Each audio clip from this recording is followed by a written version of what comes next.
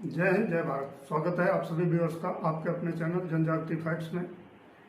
मैं सर्वेश मिश्रा। आज हम लोग चर्चा करेंगे पूर्व का ट्विटर जो प्रेजेंट में एक्स हो गया है, उसके ऊपर किस तरह से एक खान बंधु आजम खान जी ट्रेंड कर रहे हैं और उनका एक वीडियो भी वायरल हो रहा है। इसके अंदर वह अपने एनकाउंटर होने की आशंका को व्यक्त करते हुए नजर आ रहे हैं। यह आशंका भी हाल ही में जेल में बंद मुख्तार अंसारी के हार्ट अटैक से होने वाली मृत्यु के चलते की जा रही और साथ ही राजनीतिक पूर्वाग्रह के आधार पर भी वोट बैंक को निशाना बनाकर भी की जा रही है। सबसे पहले कुछ थोड़ी सी चर्चा। मुख्तार अंसारी तो बड़े वाले साहब थे। ये इतने बड़े साहब थे कि इनके ऊपर उत्तर प्रदेश में 65 के आसपास रंगदारी, हत्या, अपहरण, डकैती और पोटा जैसे मामलों में केस दर्ज हुए। इन केसों की संख्या भी 65 के आसपास है, जो एक भारी संख्या है। यह आपराधिक पृष्ठभूमि के राजनीतिक व्यक्ति थे। इनके अपराधों की बहुत लंबी चौड़ी फहरिस्त है, जो कि सरकारों के सपोर्ट से चल रही थी। इन सब केसों के अंदर भाजपा विधायक कृष्णानंद राय की हत्या का भी केस इनके ऊपर दर्ज है, जिनकी हत्या 500 गोली मारकर की गई और मरने के बाद में उनकी चोटी काट ली गई। जिस व्यक्ति ने एक राजनीतिक व्यक्ति की हत्या इतनी दुर्दांतता के साथ करवाई हो, उस व्यक्ति को यदि खूंखार अपराधी न माना जाए तो क्या हीरो माना जा सकता है। यहाँ पर एक और भी ध्यान देने वाली बात है कि विपक्ष के द्वारा सरकार के ऊपर मुख्तार अंसारी की हत्या के आरोप लगाए जा रहे हैं। पोस्टमार्टम रिपोर्ट से साफ स्पष्ट होता है कि यह मामला सीधा सा हार्ट अटैक का है। इस मामले में इतने बड़े आपराधिक चरित्र वाले व्यक्ति को बसपा का भी संरक्षण प्राप्त रहा, सपा का भी संरक्षण प्राप्त रहा। मुलायम सिंह जी के समय में भाजपा विधायक कृष्णानंद राय की हत्या होती है। उस हत्या के होने से पहले ही एक ईमानदार अधिकारी डीएसपी शैलेंद्र सिंह साहब के द्वारा मुख्तार अंसारी के पास से एलएमजी बरामद की जाती। उसके बाद में माफिया और सरकार की मिली भगत से डीएसपी शैलेंद्र साहब को इतना टार्चर किया जाता है कि वो अपने इस्तीफा दे देते हैं। उनकी पूरी टीम को टार्चर किया जाता है। इस प्रकरण में उन्हें कई बार जेल की हवा भी खानी पड़ी। इतना षड्यंत्र रचा जाता है सरकार द्वारा और इस माफिया द्वारा मिलकर के, तत्कालीन सपा सरकार द्वारा और इस माफिया द्वारा मिलकर के। और जो कृष्णानंद राय की हत्या होती है उसमें 500 गोली चलने का भी यही मतलब था कि इन डीएसपी साहब को ही धमकी देने का मकसद था, क्योंकि यह ईमानदार थे। अपने अधिकारियों के और सरकार के इतने दबाव के चलते भी उन्होंने अपने द्वारा बनाई हुई रिपोर्ट को वापस नहीं लिया, जिसके चलते शैलेंद्र सिंह साहब को इस्तीफा भी देना पड़ा।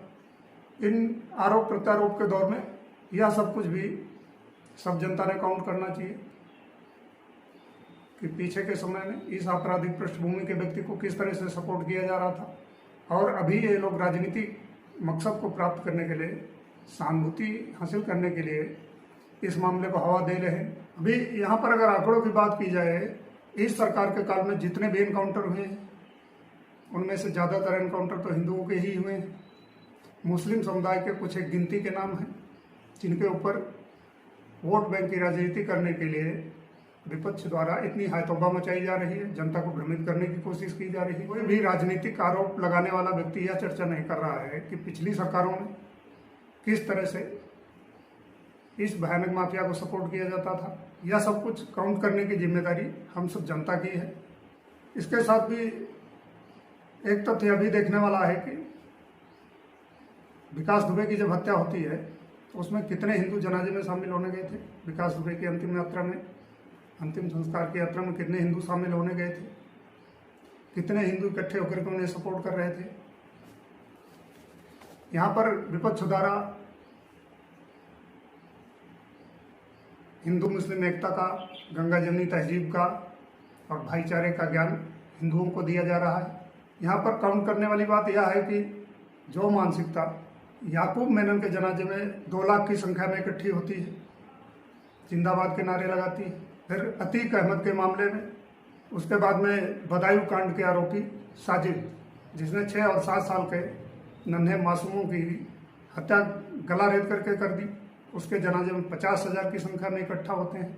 फिर जब मुख्तार अंसारी की मृत्यु हार्ट अटैक से होती है, तब फिर इस मानसिकता को देखने का मौका मिलता है कि धारा 144 लागू होने के बावजूद में 30,000 की संख्या में लोग इकट्ठा होते हैं। तो भाई किस तरह से ये भाईचारे का पाठ हम लोगों को पढ़ाया जा सकता है। कहाँ एक मानसिकता आपराधिक पृष्ठभूमि वाले व्यक्तियों का बायकॉट करने वाली, और जो मानसिकता आतंकियों को, दुर्दांत अपराधियों को सपोर्ट करने वाली है। दोनों मानसिकताओं में सामंजस्य कैसे हो सकता है, भाईचारा कैसे हो सकता है, यह सब भी हम सब जनता ने काउंट करना चाहिए। जो भ्रम फैलाए जा रहे हैं, आजकल सोशल मीडिया का जमाना है, हर एक चीज़ सबकी नज़र के सामने आ रही है। फैलाए जाने वाले भ्रम में और वास्तविकता में फ़र्क करना हम आम जनता का ही कर्तव्य है। तो यह भाईचारा तो हमारी समझ से तो परे है। आप लोग कमेंट करके अवश्य अवगत कराएं इस मैथमेटिक्स से, इस जिहादी मानसिकता को सपोर्ट करने वाले लोगों को, जो अपराध और आतंक को सपोर्ट करने वाले हैं, और जो बाइकआउट करने वाले हैं, उनका भाईचारा कैसे हो सकता है। और जो आजम खान ट्रेंड कर रहे हैं एक्स के ऊपर और उनका वीडियो वायरल हो रहा है, उस बारे में मेरा यह खुद का विचार है कि जो एनकाउंटर होने की आशंका आजम खान के द्वारा प्रकट की जा रही है, वह मात्र आशंका ही है। पिछली सरकारों में बैठे हुए लोग बदले की भावना से या फिर अपनी रोटियां सेकने की भावना से यह सब भूल जुलूल सपोर्ट और राजनीतिक संरक्षण प्रदान करते थे। इस गवर्नमेंट में स्पष्टता गुंडागर्दी, माफियागिरी की बाट लग चुकी है। या तो हम सब देख ही रहे हैं कि कहीं कोई छुटपुट घटना नजर आ रही हो, दंगे खत्म हो चुके हैं, जो आए दिन धमाके होते थे वो खत्म हो चुके हैं। इन चीज़ों को काउंट करना हम सब जनता का कर्तव्य है।